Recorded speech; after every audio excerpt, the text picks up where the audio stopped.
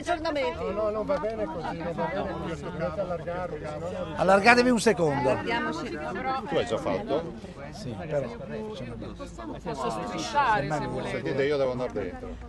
Dentro dove andrà a visitare chi? Beh, vado dal direttore generale, il dottor Contatto, e cercheremo anche di fare un punto della situazione. Approfitto per ringraziare del grande lavoro tutti, in particolar modo i nostri sanitari, 40 ambulanze, le di soccorso, e soprattutto abbiamo dato dimostrazione di una celerità che è unica. È stato autorizzato, come sapete, il lutto regionale per 3 giorni. Abbiamo ancora 15 pazienti, siete stati informati, tra i feriti. Ci preoccupano alcune posizioni, sono circa 5-6 persone gravi, e ricordo che abbiamo 2 bambine di 3 anni e il fratellino di una delle bambine austriaci che ovviamente sono ricoverati. È un'autentica tragedia. Come state gestendo la situazione con le famiglie straniere? Ma guardi, noi abbiamo attivato anche un centro di ascolto e di supporto psicologico, come si conviene in queste situazioni.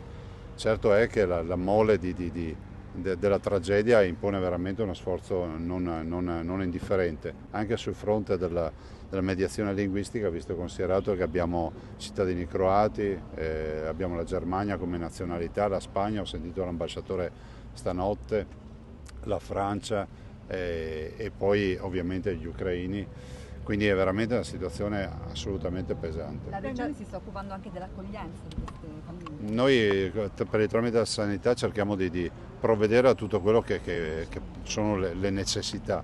Considerate che adesso abbiamo da un lato il tema del riconoscimento delle vittime e dall'altro quello di occuparsi dei pazienti. Ringrazio i medici, non solo quelli che erano in strada questa notte, ma anche coloro che sono negli ospedali, che sono rientrati dai turni da casa. Vi dico solo che ad esempio a Treviso abbiamo svuotato il pronto soccorso e abbiamo dirottato pazienti.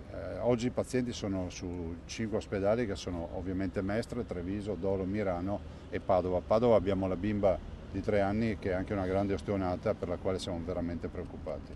Per quanto riguarda invece l'autista, avete un po' avuto contatti con la famiglia? No, io no, fra l'altro abita a pochi chilometri da casa mia, abita a Vazzola.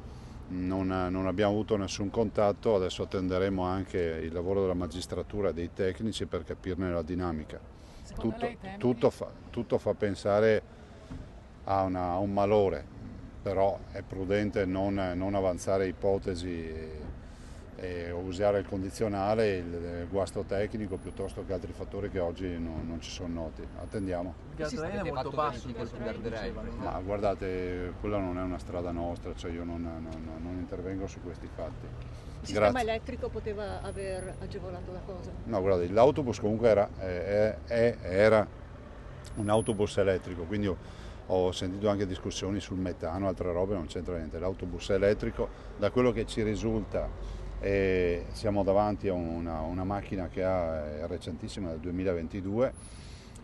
L'autista è una persona esperta, per bene, super referenziato, per cui si tratterà veramente di capire la dinamica. Ringrazio il prefetto perché ci siamo sentiti costantemente in queste ore. Io spero che le immagini delle telecamere in strada, quella in autobus, se ci sono, se si sono salvate le immagini e le testimonianze, ci aiutino a capire cosa è successo, perché noi non ricordiamo quel tratto di strada come un tratto di strada degli incidenti. C'è chi dice che l'autobus aveva preso fuoco prima. Uno alla volta, per favore, prego. C'è chi dice che l'autobus aveva già preso fuoco prima di cadere dal cavalcavia. Non glielo so dire, però ci sono le telecamere, capiremo anche questo. Certo che è un autobus elettrico, quindi qualche perplessità magari può anche nascere. Prego.